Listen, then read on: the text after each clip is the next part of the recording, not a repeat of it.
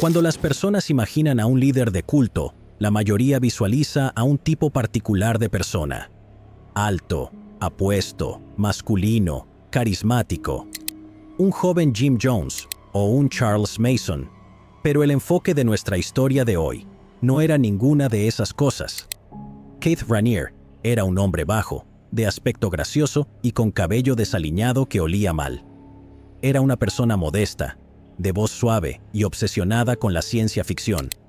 Hablaba lentamente, de manera algo condescendiente, y tenía poco respeto por los demás, excepto por sí mismo. Sin embargo, a pesar de todo esto, Keith también era un hombre poliamoroso que pasó toda su vida seduciendo a innumerables mujeres y manteniendo numerosas relaciones simultáneamente. Ciertamente, no era carismático en el sentido tradicional. La mayoría de las personas lo describían como tímido y algo torpe, pero tenía una cualidad indescriptible que atraía a la gente hacia él.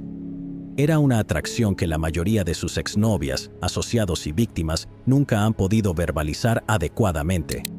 Se presentaba como inofensivo, pero nada podía estar más lejos de la verdad.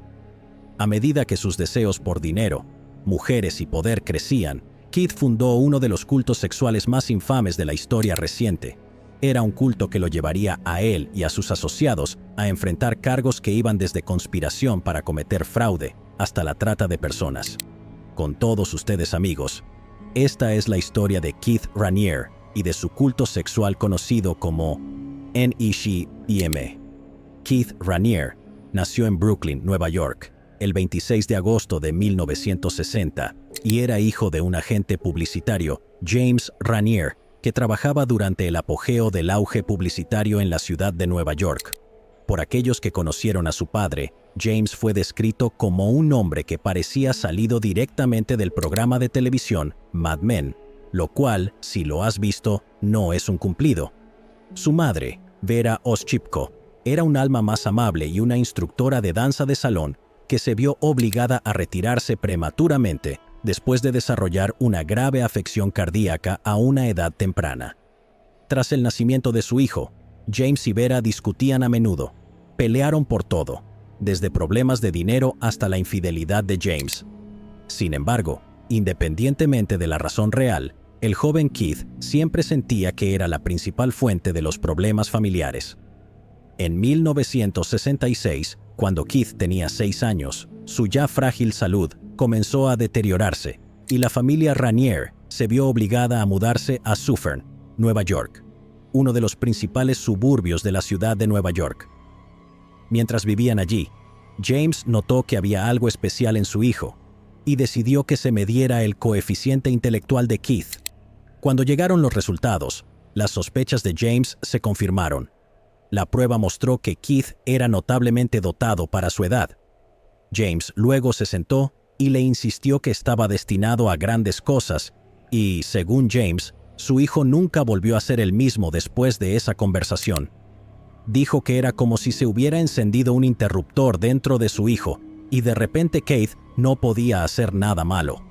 2 años después de ofrecer estas palabras de aliento, James abandonó a su esposa e hijo para mudarse con su amante, una mujer con la que más tarde se casaría y viviría el resto de su vida. Aunque su padre se aseguró de hacer apariciones regulares durante el resto de su infancia, Keith quedó en gran parte al cuidado de su enferma madre a partir de ese momento. Según todos los relatos, ella fue una buena madre. Sin embargo, todavía era una situación terrible para cualquier niño. Cuando Keith ingresó a la escuela primaria, le resultó difícil hacer nuevos amigos. Cuando intentaba hablar con los otros niños sobre alguno de sus intereses, no parecían interesados en lo que él tenía que decir. Así que, en lugar de seguir buscando amistad, Keith se sumergió en el mundo de las novelas de ciencia ficción. Al leer las palabras de Isaac Asimov, se obsesionó con una novela llamada Segunda Fundación, un libro en el que el protagonista aprende a controlar los pensamientos y deseos de otras personas. Como Keith creía que era notablemente dotado y estaba destinado a grandes cosas, decidió rápidamente que él sería el que algún día perfeccionaría el control mental y lo haría realidad. Luego, Keith diría que este libro lo influenció profundamente e inspiró a seguir implacablemente su objetivo, sin importar lo que el mundo pensara de él. Para él, tener un código moral era simplemente una cadena autoimpuesta que no servía más que para limitar su propio crecimiento personal, con el fin de obtener la aprobación inútil de quienes lo rodeaban. Ten esto en cuenta, porque a medida que avancemos, verás cómo todo lo que hace Keith a lo largo de su vida no es más que una colección de movimientos fríos y calculados que fueron cuidadosamente planeados para llevarlo hacia su objetivo final. En las raras excepciones, cuando las acciones de Keith son dictadas por emoción en lugar de lógica, suelen ser el resultado de un deseo de venganza o un impulso de destruir. Uno de los primeros indicios de lo que Keith se convertiría más adelante apareció cuando tenía solo 12 años. Aunque Keith tenía problemas para hacer amigos en la escuela, no tenía dificultades para encontrar novias. Por las tardes, después de clases, usaba el teléfono de la casa para hablar y coquetear con estas chicas. Vera, quien se dio cuenta de que su hijo pasaba una cantidad inusual de tiempo en el teléfono, comenzó a escuchar sus conversaciones desde otro auricular en la habitación contigua, para asegurarse de que Keith se comportara de manera adecuada para un niño de su edad. Al escuchar, Vera oyó a Keith hablar con docenas de chicas diferentes, a cada una de las cuales les decía que eran especiales para él. Les decía que estaban destinados a estar juntos y que lo estarían para siempre. No se sabe qué hizo Vera, si es que hizo algo, para disciplinar a su hijo. Pero lo que sea que haya sido, no funcionó, ya que este tipo de comportamiento continuó durante toda su juventud hasta que se ganó la reputación de ser un pequeño mujeriego espeluznante. Cuando Keith tenía 13 años, su madre se sometió a una cirugía a corazón abierto, y él se vio obligado a convertirse en su cuidador a tiempo completo. Por las tardes, después de la escuela, Keith llevaba a Vera a sus citas médicas y la animaba a cuidar de sí misma. Sin embargo, lamentablemente, Vera no se tomaba en serio su salud como lo hacía Keith. Comenzó a ahogarse en alcohol, sumida en la soledad y negándose a buscar ayuda para sus crecientes problemas de salud mental y física. Mientras esto ocurría, James aparecía brevemente de vez en cuando, pero en general, Keith tuvo que ver solo cómo la salud de su madre seguía deteriorándose. Después de graduarse de la escuela secundaria a los 17 años, Keith dejó su hogar y comenzó a tomar clases en el Instituto Politécnico Rensselaer, RPI, por sus siglas en inglés, una universidad privada especializada en investigación tecnológica. Mientras estudiaba allí, Keith se encontró rodeado de personas que eran tan fáciles de manipular como las novias de su infancia y pronto comenzó a cortejar a varias mujeres. Cómo logró todo esto está en debate. Sin embargo, después de leer declaraciones de muchas de las mujeres que salieron con él durante sus años universitarios, creo que tengo una idea bastante clara de lo que lo hacía tan irresistible. Keith puede que no haya sido un genio, como luego afirmó, pero era innegablemente inteligente. Se graduó de la escuela secundaria un año antes y fue capaz de aparentar ser inteligente por la forma en que hablaba, el vocabulario que usaba y la manera en que se comportaba. También era atlético, afirmando ser un maestro de judo, y lo describían como un inconformista desaliñado y seguro de sí mismo. Si hubiera estado asistiendo a la universidad a finales de la década de los 2000, probablemente también significaría que estaría cargando una MacBook Pro. Además de esto, Keith también era muy selectivo con las mujeres que elegía perseguir. Intencionalmente se enfocaba en mujeres vulnerables de 20 que provenían de hogares rotos y que estaban teniendo problemas con sus clases. Pudo acceder a estas mujeres a través de un programa de tutoría en el campus en el que se ofreció como voluntario. Mientras las tutoreaba, aprovechaba al máximo la pequeña posición de poder que tenía sobre ellas, explotando su confianza y utilizando el comportamiento manipulador que había perfeccionado desde su infancia para seducirlas y acosarse con ellas. Para Keith, este arreglo era fantástico. Sin embargo, algo en su vida estaba a punto de cambiar. Mientras Keith asistía a sus clases de softball en RPI, su madre falleció a la edad de 47 años. Aunque Keith se ha negado a hablar con honestidad sobre esta etapa de su vida, es evidente que su muerte lo afectó profundamente. Después de regresar a la universidad tras el funeral, sus calificaciones bajaron significativamente, lo que hizo que se graduara con un GPA de 2.26, muy por debajo del promedio. Después de esto, algo más cambió. Keith se volvió hacia la religión y desarrolló un profundo amor por la filosofía oriental, particularmente el budismo. De alguna manera, había algo en la religión budista que encajaba bien con sus otras creencias egoístas, y a medida que su ego seguía creciendo, Keith comenzó a presentarse como un gurú. Aunque más tarde mostraría desdén por esta etiqueta, es obvio que así es como él se veía a sí mismo. Pronto empezó a incorporar sus creencias religiosas en sus sesiones de tutoría y, mientras enseñaba que la mente y el alma están inseparablemente conectadas, comenzó a convertir a sus estudiantes al budismo. Mientras les ayudaba tanto con sus estudios como ofreciéndoles consejos de vida, Keith construyó un vínculo mucho más fuerte con estas mujeres que el típico de las relaciones universitarias. Era como si estas mujeres estuvieran durmiendo con su maestro, su guía espiritual, su mejor amigo y confidente, todo en uno. Cuando le preguntaron por qué había salido con Keith, una mujer dijo que él tenía una forma de hacerla sentir como si fuera la única persona en la habitación. Cuando Keith la miraba a los ojos, ella sentía que él estaba viendo su alma, posiblemente leyendo su mente. Esa intensidad le daba a sus afirmaciones de iluminación una sensación de validez. Mientras la seducía, Keith le decía que las mujeres con las que había dormido en el pasado a menudo tenían experiencias religiosas extracorporales, veían alucinaciones y luces brillantes descendiendo del cielo. Cuando ella tuvo relaciones con Keith, confirmó que vio esas visiones y luces, aunque ahora cree que lo que vio fue el resultado de los poderes de persuasión de Keith.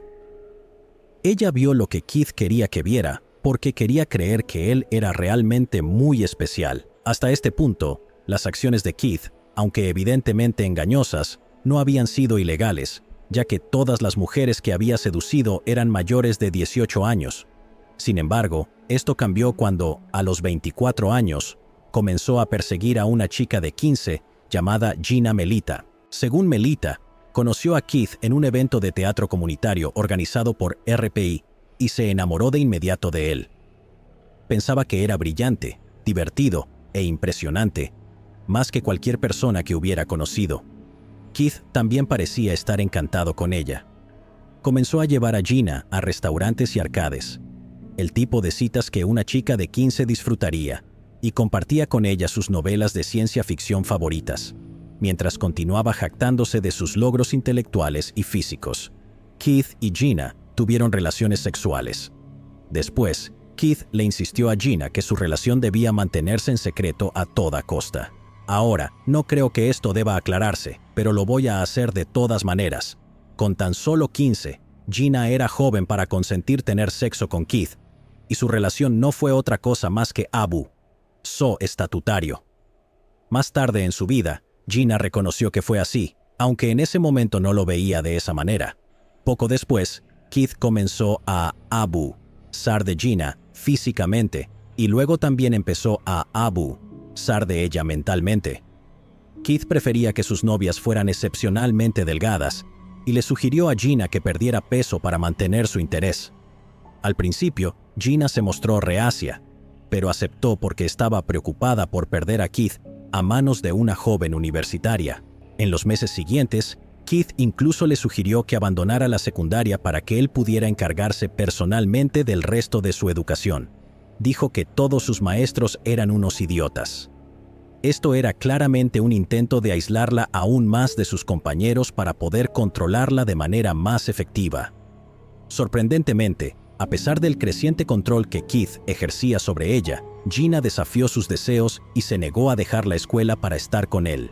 Cuando Keith se dio cuenta de que ella era demasiado terca para ser controlada eficazmente, perdió el interés en seguir con ella. Después de un total de 4 meses, la relación entre Keith y Gina terminó en malos términos. Aunque Keith le dijo que deseaba mantenerla para relaciones en caso de que surgiera el deseo. Años más tarde, al hablar sobre la relación, Gina dijo que fue una de las pocas mujeres que rápidamente se dio cuenta de que Keith la estaba usando. Reconoció que él era un fanfarrón cuyas palabras no eran más que un intento apenas disimulado de llevarla a la cama. Solo deseaba haberse dado cuenta antes. Cuando su tiempo con Gina Melita terminó oficialmente, Keith puso su mirada en otra joven de 15, también llamada Gina Hutchinson. Al igual que Melita, Gina Hutchinson se sintió atraída por la idea de salir con un hombre mayor. Sin embargo, a diferencia de Melita, nunca pudo escapar completamente de las garras de Keith, y los dos mantuvieron una relación intermitente hasta que ella estuvo a mediados de sus 30 años. Durante este tiempo, Keith sometió a Gina Hutchinson al mismo abuso al que había sometido a Gina Melita. Afirmó haber tenido sexo con ella más de 300 veces para cuando cumplió 18 y la obligó a seguir una dieta estricta para mantener su figura delgada. Sus intentos para que Hutchinson abandonara la escuela también tuvieron éxito, aunque ella regresó a la universidad para continuar con su carrera. Al final del día, Gina afirmaba amar a Keith, pero siempre estaba insatisfecha con la falta de compromiso de él hacia ella. Cuando descubrió su estilo de vida poliamoroso y las múltiples parejas sexuales que tenía, decidió que era momento de dejarlo. Desafortunadamente, volvió con él, luego lo dejó de nuevo y regresó otra vez. Durante los siguientes 18 años, Gina estuvo entrando y saliendo de la vida de Keith constantemente. Cada vez que reunía el valor para dejarlo, inevitablemente era atraída de nuevo, ya sea por su amor hacia él o, más probablemente, por el control abusivo que él ejercía sobre ella. Una de las maneras en que Keith controlaba a Gina era insistiendo en que ella y todas sus otras novias fueran amigas entre sí. Después de esto, cada vez que Gina reunía el coraje para dejarlo, todas sus amigas, las otras novias de Keith, trabajaban horas extra para traerla de vuelta. Al principio, intentaban animarla, pero cuando eso dejaba de funcionar, le decían que debía callarse, dejar de ser tan egoísta y compartir a Keith con ellas. Después de graduarse de la universidad, Keith estaba decidido a hacerse un nombre, pero encontró un gran problema en su camino. Necesitaba dinero. Para conseguir algo, Keith tomó un trabajo en Amway, una empresa de marketing multinivel que sigue operando hasta el día de hoy y vende productos de belleza sobrevalorados. Mientras trabajaba allí, se obsesionó con la estructura de gestión de Amway y comenzó a buscar formas de adaptar su estilo de liderazgo para satisfacer sus propias necesidades. Posteriormente, dejó Amway y comenzó a trabajar como programador de computadoras para la División de Libertad Condicional del Estado de Nueva York. Mientras trabajaba allí, Keith supuestamente probaba discursos motivacionales con sus compañeros de trabajo. Daba estos discursos en reuniones emotivas llenas de lágrimas, en las que se refería a sí mismo como un cultivador de personas. Como no estaba satisfecho con incomodar a sus compañeros de trabajo, Keith empezó a buscar maneras de alimentar su ego y ganar un poco de fama. Para hacer esto, se postuló y fue aceptado en la exclusiva Mega Society.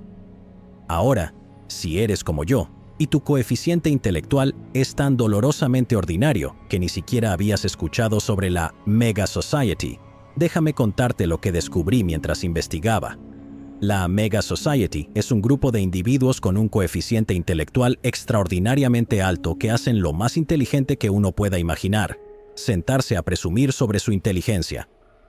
Para ser aceptado en este prestigioso grupo, primero debes hacer una prueba para determinar si calificas como 1 en 1.000.000, el término del grupo para sus miembros. Una vez aceptado, se te otorga el único beneficio que la sociedad está autorizada a proporcionar: el derecho a presumir. Desafortunadamente para sus pocos altivos miembros, la prueba de la Mega Society no está oficialmente reconocida por ningún grupo académico, ya que es una prueba no monitoreada y no estandarizada, que no requiere ningún tipo de validación o supervisión profesional. Así que, en resumen, pertenecer a la Mega Society significa que eres un poco arrogante, y la única persona que deberías admirar por su asociación con ella es Ronald K. Hoeflin, el fundador del grupo. Deberías admirarlo, porque descubrió una manera de sacar provecho del deseo de la gente por sentirse superior a los demás, lo cual, en mi opinión, es bastante gracioso. Keith, que era una de esas personas, aprovechó la oportunidad cuando vio la prueba publicada en la edición de abril de 1985 de la revista Omni. Llenó la prueba sin supervisión, la envió por correo y recibió su membresía varios meses después, cuando la Mega Society determinó que había obtenido la puntuación más alta registrada en la historia del grupo.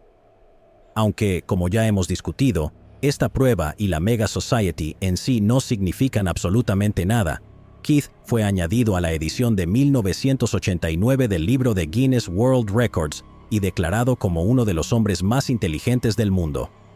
Después de esto, Keith comenzó a aparecer en los medios, donde presumía de tener un coeficiente intelectual de 240, un número que nunca ha sido probado.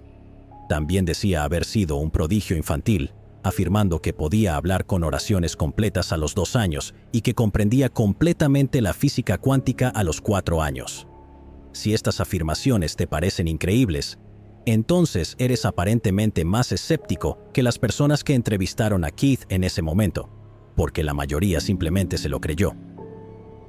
En 1990, cuando Keith tenía 30 años, fundó Consumers Byline Inc., una empresa que vendía y ofrecía descuentos en electrodomésticos y servicios para familias de ingresos medios. Como fundador y portavoz de la empresa, Keith comenzó a promocionarse a sí mismo como un genio financiero, utilizando su carisma y fama para rápidamente hacer un nombre para su empresa.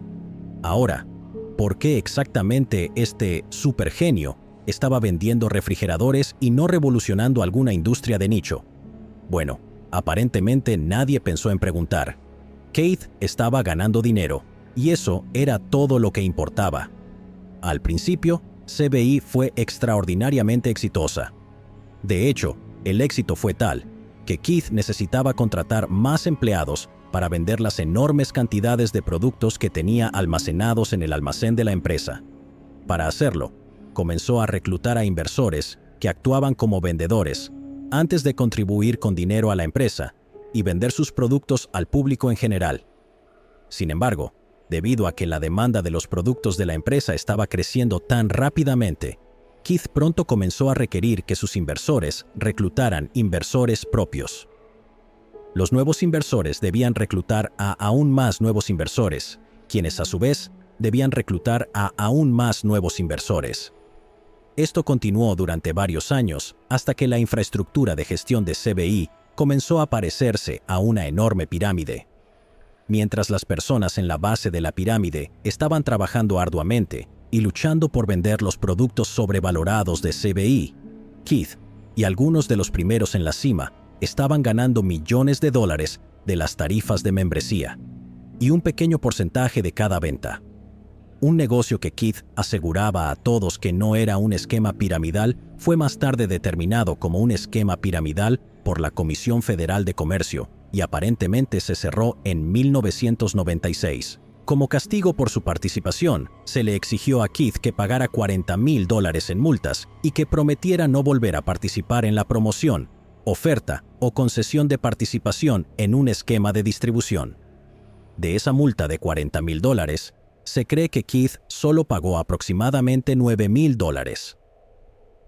Durante la década en que todo esto estaba sucediendo, la vida personal de Keith era tan complicada como siempre. Continuó saliendo y viviendo con varias mujeres y, para el año 2000, afirmaba haber tenido relaciones sexuales con cientos de mujeres a lo largo de su vida. Una de estas mujeres era Toni Natalie. Toni y Keith se conocieron poco después de la fundación de CBI, cuando ella y su esposo asistieron a uno de los muchos seminarios de reclutamiento de la empresa. Después de unirse a CBI y mudarse con su familia a Nueva York para estar más cerca de la empresa, Keith tomó un interés personal en el desarrollo de Toni, y los dos comenzaron a tener reuniones individuales regulares durante sus horas libres. Durante esas reuniones, Keith entrenaba a Toni sobre cómo descubrir nuevas oportunidades y tener éxito y vivir una vida más feliz. Desafortunadamente para el esposo de Toni, el primer paso para lograr todo ese éxito fue dejarlo para que Toni pudiera unirse a la siempre creciente empresa de Keith. Más tarde, Keith fundó la Red Nacional de Salud, una empresa que vendía y distribuía suplementos de salud, y le encomendó a Natalie la administración de la misma. Aproximadamente al mismo tiempo en que CBI quebró, también lo hizo la Red Nacional de Salud. Mientras las empresas de Keith comenzaban a fracasar, Tony intentó distanciarse del genio financiero que le había costado todo, pero en lugar de aceptar su fracaso y simplemente dejarlo ir, Keith se puso violentamente y amenazó con matarla. Según Tony, sus palabras exactas fueron: "Te veré muerta o en la cárcel". Keith optó por la opción de usar su vasta fortuna para arrastrar a Tony por el barro del sistema legal durante más de 20 años. Durante este tiempo, recibió docenas de demandas falsas. Fue encarcelada 2 veces y sometida a lo que ella llamaba terrorismo por litigio. Además, cuando Tony no estaba en la corte, Keith enviaba a otras mujeres para acosarla, amenazarla y avergonzarla donde quiera que fuera. En un tiempo relativamente corto, Tony perdió su hogar, su negocio, su familia, su salud y su paz mental. Kate le había quitado todo y aún no estaba satisfecho. Continuó con la farsa hasta el amargo final, y si no lo hubieran detenido, ella probablemente seguiría viviendo la miserable vida que él había creado para ella por despecho. Ahora, como un autodenominado genio financiero que solo había logrado operar 2 negocios fracasados y hacer un desastre de su vida personal, Keith hizo algo bastante irónico. Comenzó a escribir una serie de cursos de autoayuda diseñados para guiar a otros hacia el éxito financiero y personal. Mientras escribía estos cursos, Keith conoció a una mujer llamada Nancy Salzman, la terapeuta de una de sus novias. Como Raniere, Salzman estaba muy interesada en el potencial de la programación neurolingüística y a menudo empleaba la hipnosis como parte del plan de tratamiento de sus pacientes. Esto, por supuesto, fascinó a Raniere, quien estaba ansioso no solo por aprender de ella, sino también por incluirla en una nueva empresa que estaba planeando. Juntos, la pareja fundó el programa de éxito ejecutivo, ESP, por sus siglas en inglés, que luego sería rebautizado como NXIVE. Ahora, para entender cómo NXIVE se transformó de una causa de autoayuda en lo que se convertiría, es importante comprender las inspiraciones y metas de Raniere para su empresa. NXIVM tuvo 3 influencias principales: la estructura de venta multinivel de Amway, los escritos de Ayn Rand e Isaac Asimov, y las enseñanzas de L. Ron Hubbard a través de la Iglesia de la Cienciología. La última influencia es particularmente relevante, ya que gran parte de la ideología, los métodos e incluso la terminología de NXIVM fue copiada directamente del Manual de la Cienciología. Por ejemplo, uno de los grandes atractivos tanto de la Cienciología como de NXIVM era su enfoque en el desarrollo individual a través de seminarios y talleres grupales. Estos talleres se llamaban intensivos, que, si no estás familiarizado con la Cienciología, es exactamente el mismo término que ellos usan. Estos intensivos se comercializaban fuertemente a la próxima generación de personas adineradas e incluso afirmaban ser capaces de curar enfermedades físicas como la diabetes y la escoliosis. Cuando se trataba de rellenar los vacíos y reemplazar las partes de la Cienciología que a Keith no le gustaban, recurría a la autoayuda de Ayn Rand. Plagiando a veces secciones enteras de sus escritos, Keith abogaba por una implacable automejora a cualquier costo. Esto significaba que pisotear a otros para avanzar en la vida no solo estaba permitido, sino que también era alentado, siempre y cuando sus acciones egoístas no dañaran a Keith o a NXIVM. También animaba a sus seguidores a despreciar a los pobres y necesitados, etiquetándolos como parásitos y declarando que la caridad era un mal moral que va en contra de la naturaleza. Una vez que los toques finales fueron puestos en los cursos, Keith comenzó a imaginar cómo él y Nancy serían percibidos por el grupo. Este proceso de pensamiento llevó a Keith a abandonar su nombre en favor del título de vanguardia. Nancy eligió el nombre de Proctor. Una vez abiertos los seminarios, los asistentes fueron atraídos y los convencieron de pagar miles de dólares por consejos de vida de un hombre maloliente con un nombre ridículo. Al principio, el costo era pequeño, pero tan pronto como se completaba un curso, se ofrecía otro a un precio más alto. Suena un poco como la Cienciología, ¿no? Una vez que se completaba ese curso, eran elevados a un nuevo nivel.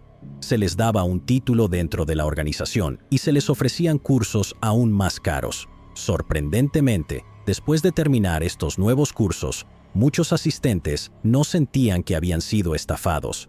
En lugar de eso, se iban sintiéndose iluminados.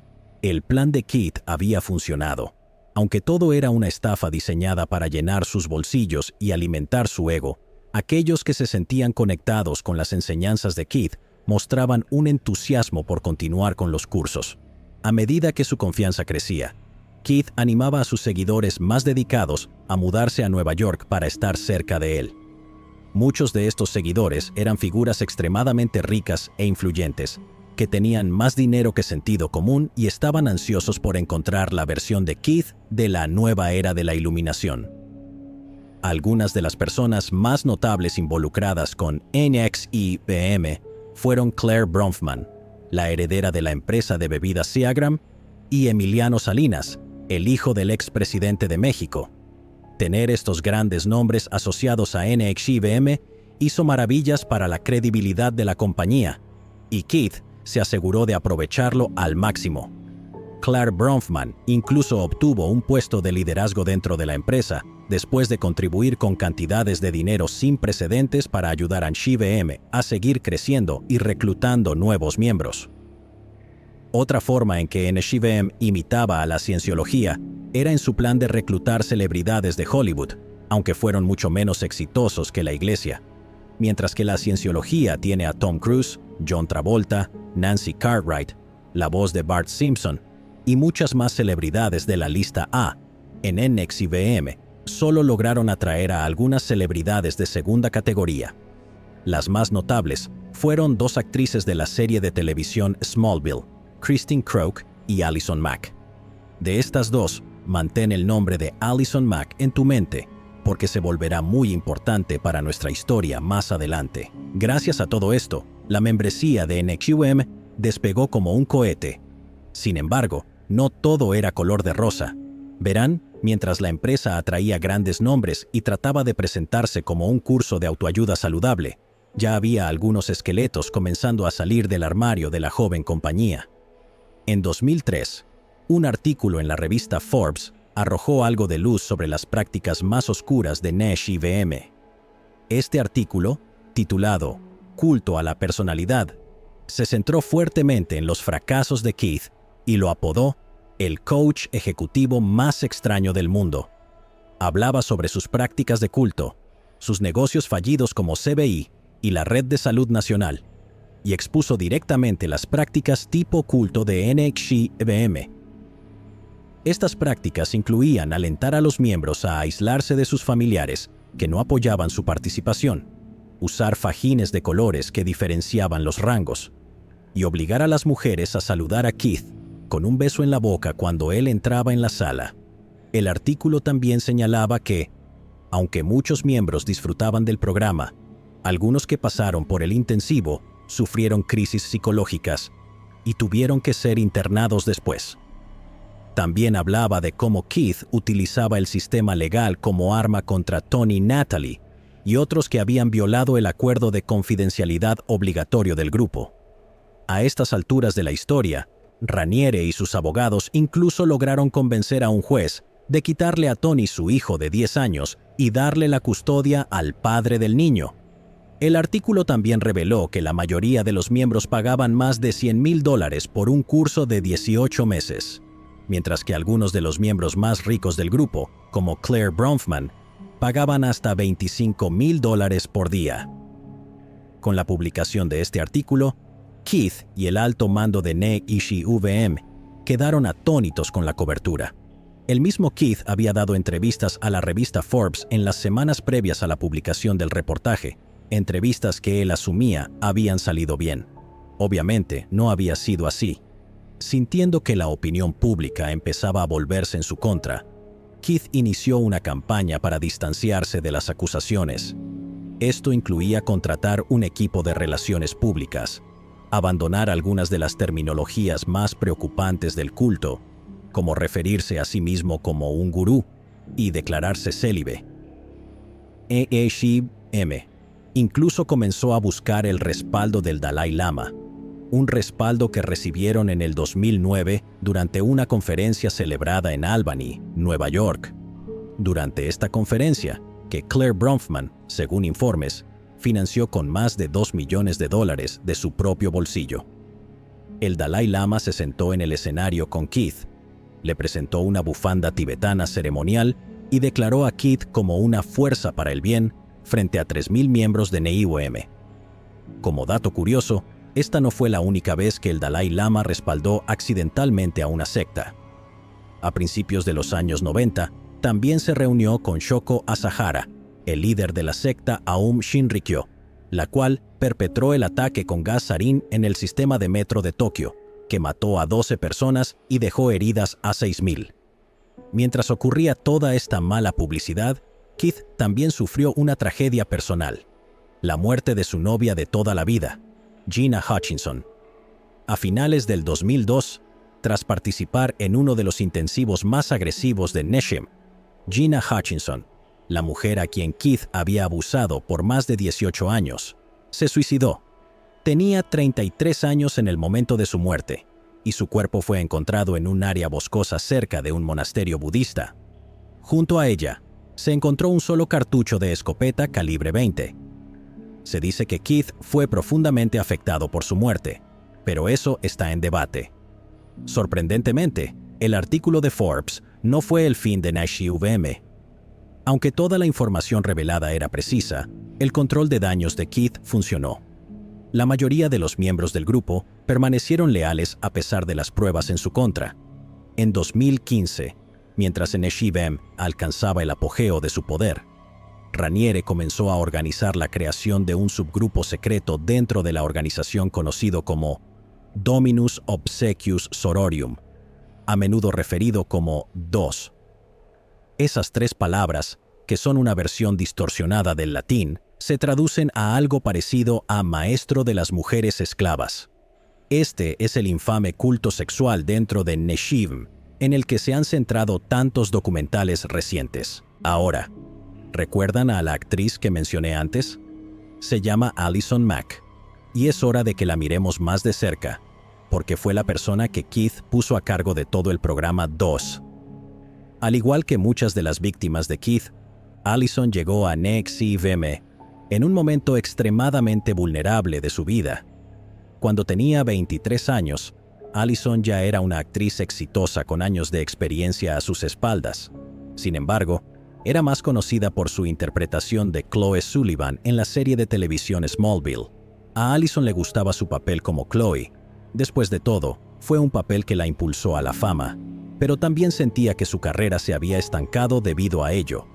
Temía que el mundo siempre la recordara como la chica de Smallville y se unió a NIOM porque buscaba una forma de ganar mayor confianza y obtener papeles serios como actriz. Al unirse, Keith reconoció y explotó instantáneamente la falta de confianza de Allison, y no pasó mucho tiempo antes de que la inscribiera en varios intensivos.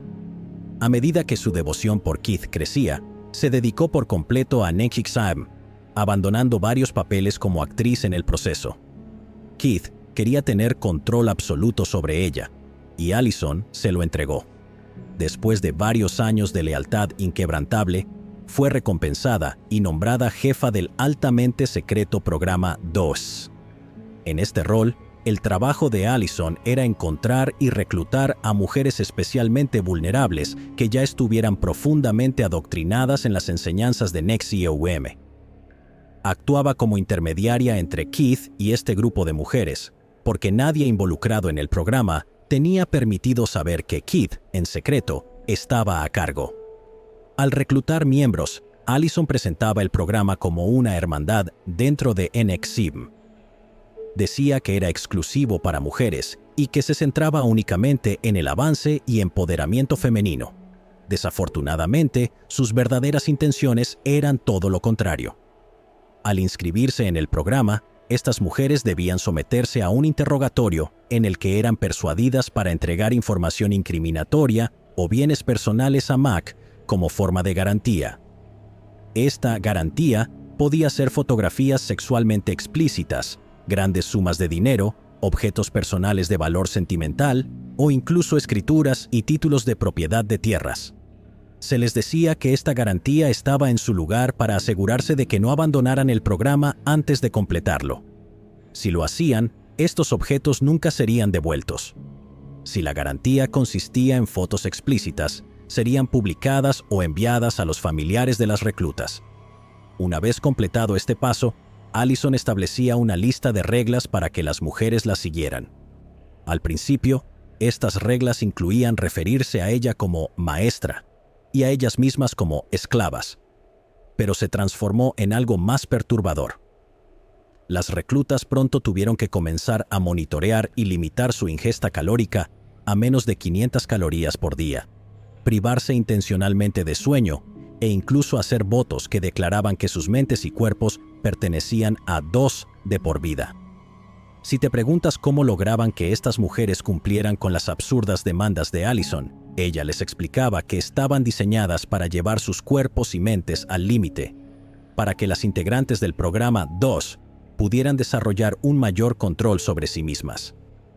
Decía que una vez que dominaran sus cuerpos, deseos y necesidades humanas, ya no serían controladas por nadie ni por nada.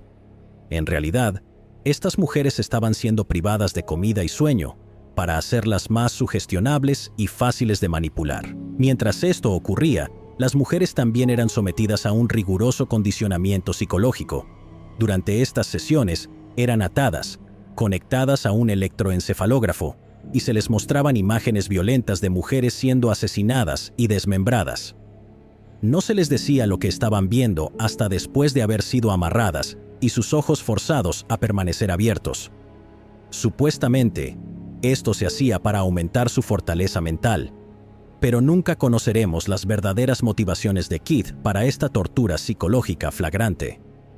Cuando las mujeres no cumplían con las expectativas de Mac, se les obligaba a tomar duchas heladas, permanecer desnudas en temperaturas congelantes y hacer ejercicios físicos hasta colapsar de agotamiento.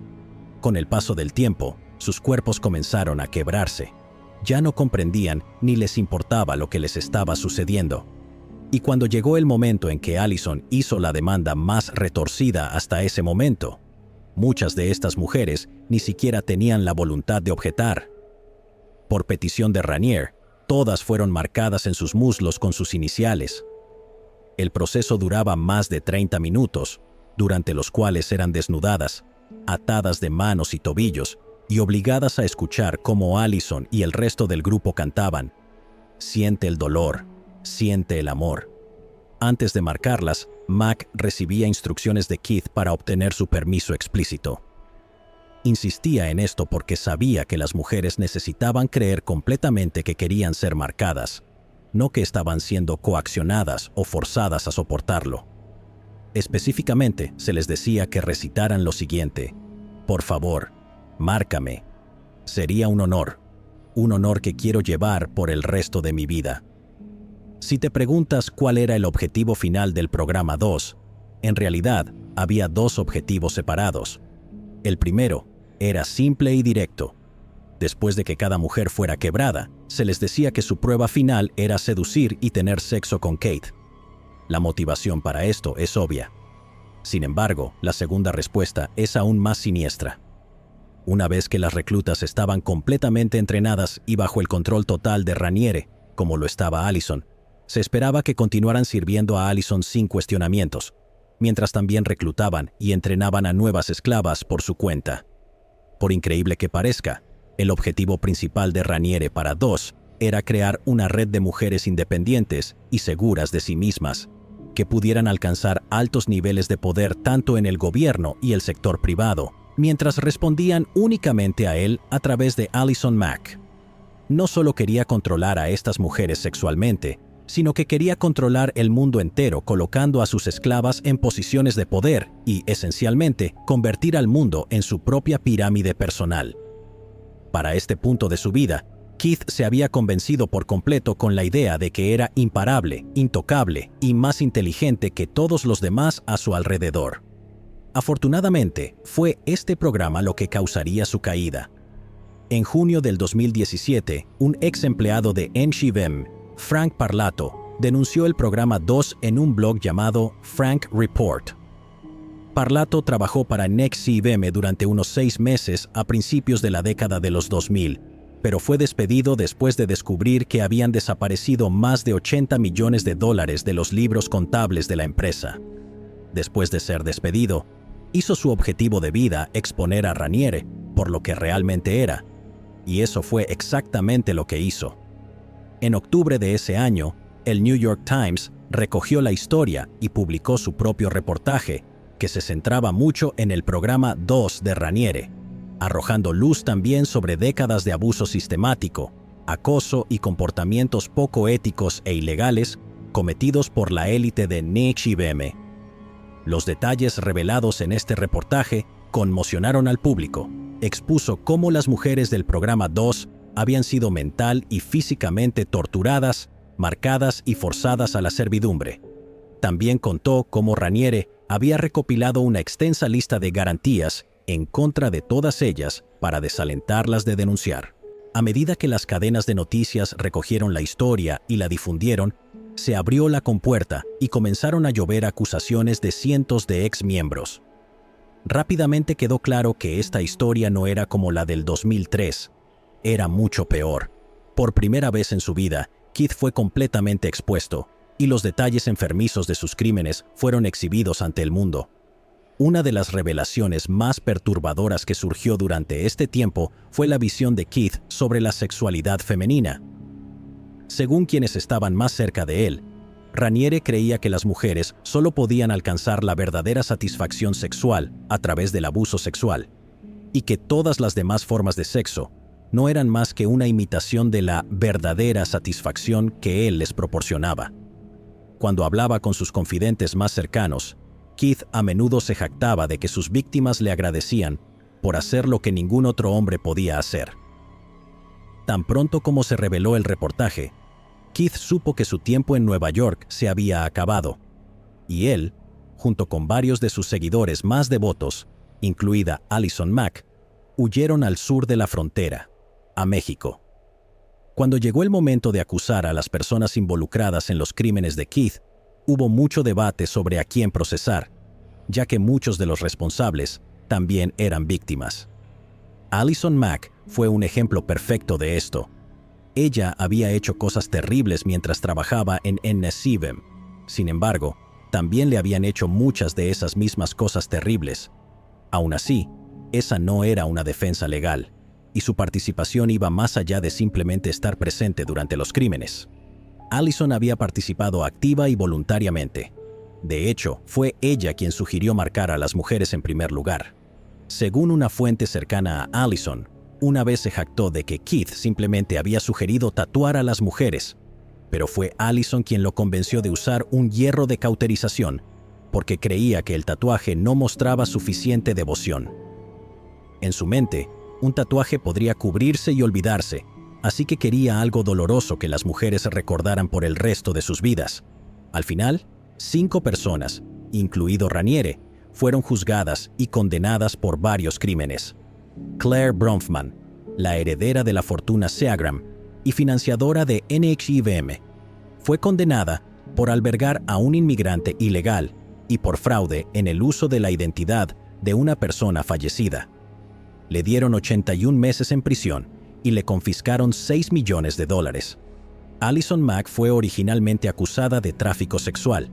Sin embargo, como parte de un acuerdo de culpabilidad, esos cargos fueron reducidos a extorsión y fue sentenciada a 3 años en prisión y a pagar una multa de $20,000.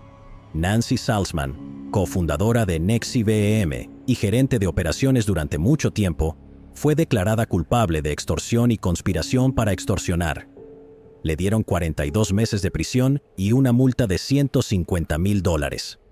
Lauren Salzman, hija de Nancy, que aún no habíamos mencionado, fue acusada de extorsión y sentenciada a 5 años, pero no cumplió tiempo en prisión por acordar testificar contra Keith en su juicio. El 19 de junio del 2019, después de un juicio de 6 semanas, Keith Raniere fue declarado culpable de todos los cargos. Esos cargos incluían explotación sexual de un menor, posesión de pornografía infantil, tráfico sexual, intento de tráfico sexual, trabajo forzado, robo de identidad, conspiración para alterar registros, conspiración para extorsionar y conspiración para cometer fraude electrónico. Durante la sentencia, el 16 de octubre del 2020, el juez Nicholas Garaufis declaró que Raniere había mostrado poco remordimiento por sus acciones y le impusieron una condena de 120 años de prisión.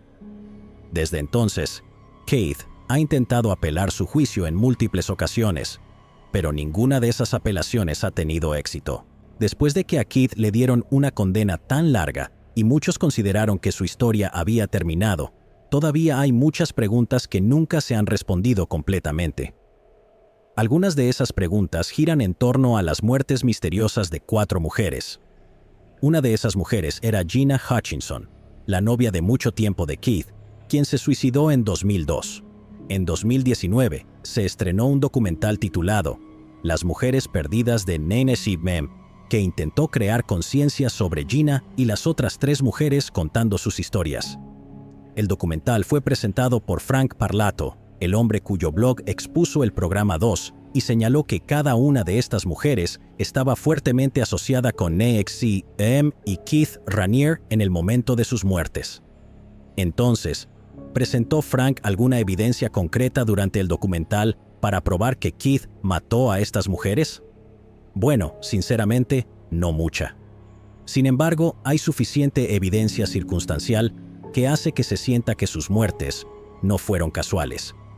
Como recordatorio, Gina Hutcherson murió en 2002 en un aparente suicidio. Su cuerpo fue descubierto en un bosque fuera de un monasterio budista con un cañón de escopeta en su boca y un amuleto de oración en sus manos. Dentro de su diario, Gina escribió que había estado luchando por encontrar sentido y todos los signos apuntaban a que su muerte fue un suicidio. Sin embargo, desafortunadamente para nosotros y para todos los demás que investigaron el caso después del hecho, la investigación sobre la muerte de Gina fue, en el mejor de los casos, incompetente, ya que la policía parecía más que dispuesta a pasar por alto varios elementos sospechosos para cerrar el caso de manera común. Por ejemplo, muchas de las pruebas que normalmente se realizan después de un aparente suicidio con armas de fuego, como el frotado de las manos de la víctima para buscar residuos de pólvora, nunca se realizaron. Considerando que una simple prueba podría haber demostrado de manera definitiva que Gina apretó el gatillo ella misma, es bastante irritante que esta prueba se haya omitido sin razón aparente. Además de esto, también fallaron en revisar el área circundante en busca de huellas adicionales o signos de que la escena del crimen podría haber sido manipulada. De hecho, algunos han especulado que el cuerpo de Gina pudo haber sido transportado allí después de su muerte, ya que la policía ni siquiera se molestó en recoger los perdigones de escopeta que habían atravesado su cerebro, salido de su cráneo, y dejó agujeros en la parte posterior de su suéter con capucha. Si el disparo que la mató hubiera ocurrido en la escena, esos perdigones deberían haber sido encontrados alojados en los árboles detrás de ella. Sin embargo, simplemente no fueron recogidos. Por último, en cuanto a la escopeta en sí, no pertenecía a Gina, y el verdadero dueño del arma nunca ha sido identificado. Estos hechos son significativos porque, estadísticamente, las mujeres rara vez se suicidan con armas de fuego. Típicamente eligen métodos mucho menos violentos y desordenados, como el veneno. El hecho de que el arma no perteneciera a Gina es aún más sospechoso, porque las mujeres son aún menos propensas a elegir el suicidio con arma de fuego cuando un arma no está fácilmente disponible para ellas. Es extremadamente raro que una mujer busque y compre un arma con el único propósito de suicidarse. Para dar crédito donde se debe, recordaré que los propios escritos de Gina en su diario apuntaban hacia el suicidio. Sin embargo, una vez más, si la policía hubiera hecho su trabajo correctamente, no habría lugar para la especulación, y ni siquiera estaríamos hablando de la posibilidad de que otra persona estuviera involucrada. Pero, más allá de la incompetencia policial, ¿qué más señalaron Frank y su equipo del documental como sospechoso? Bueno, primero, los informes sobre el comportamiento de Keith alrededor del momento de la muerte de Gina fueron algo dispersos. Algunos dicen que él pareció inmediatamente sorprendido y afligido, mientras que otros informaron una indiferencia despiadada. Cuando se le preguntó sobre su relación con Gina en el momento de su muerte, Keith también mintió al decir que no había hablado con Gina en un año, cuando en realidad ambos intercambiaban mensajes de texto con regularidad. Además, a pesar de vivir a solo unas pocas cuadras del bosque donde se descubrió el cuerpo, Gina había estado alojándose en un hotel durante los días previos a su suicidio. El hotel estaba ubicado a menos de una cuadra de la casa de Raniere, lo que indicaba que ambos podrían haber estado reuniéndose en secreto, aunque nada de esto prueba que Keith apretó el gatillo, y probablemente no lo hizo. Sí sabemos que Keith era un maestro manipulador, y hay varios testimonios de primera mano que sugieren que Keith pudo haber manipulado a Gina para que se suicidara. Uno de esos testimonios proviene de la hermana de Gina, Heidi. Heidi dice que Keith había estado sugiriéndole el suicidio a Gina durante algún tiempo y que él y Gina solían discutir las mejores maneras de suicidarse juntos. También se reporta que le enviaba mensajes de texto con escenas violentas de suicidio en películas y fotos de escenas de crímenes reales para que Gina comentara sobre ellas. Además, Keith también solía referirse a Gina como su diosa budista.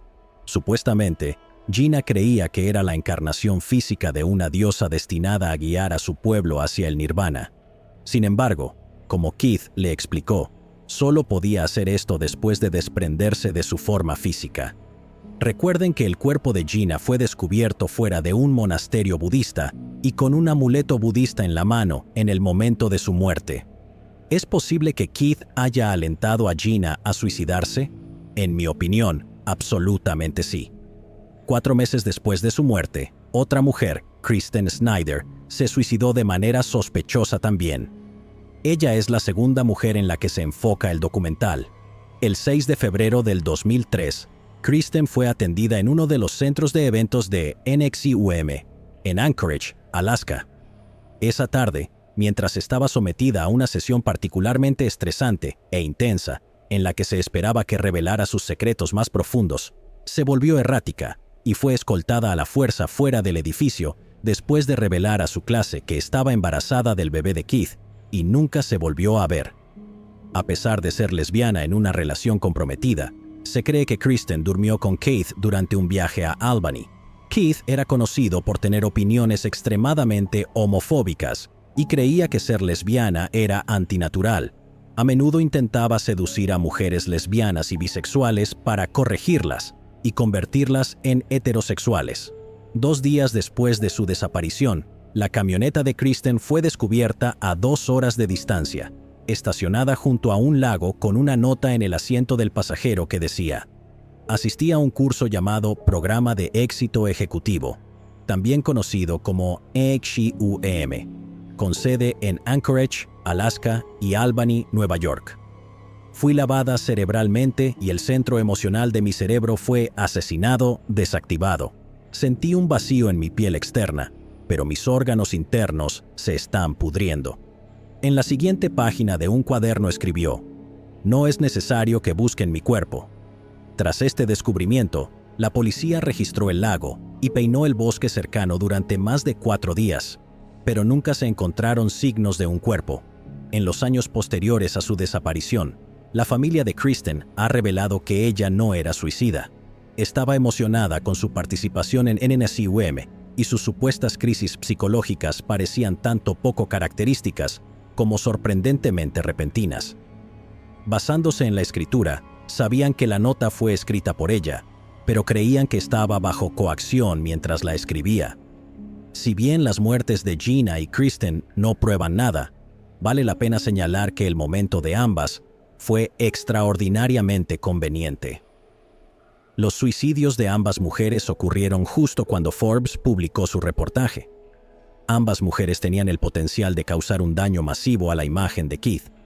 Gina estaba hablando cada vez más sobre el abuso que había sufrido siendo menor de edad, y el posible embarazo de Kristen habría causado un gran contratiempo en todo el asunto del celibato. Aproximadamente una década después, dos mujeres más, Barbara Jeske y Pamela Kafritz, fallecieron misteriosamente entre 2014 y 2016 mientras vivían con Keith en su casa de Nueva York. Ambas mujeres habían tenido relaciones íntimas con Keith.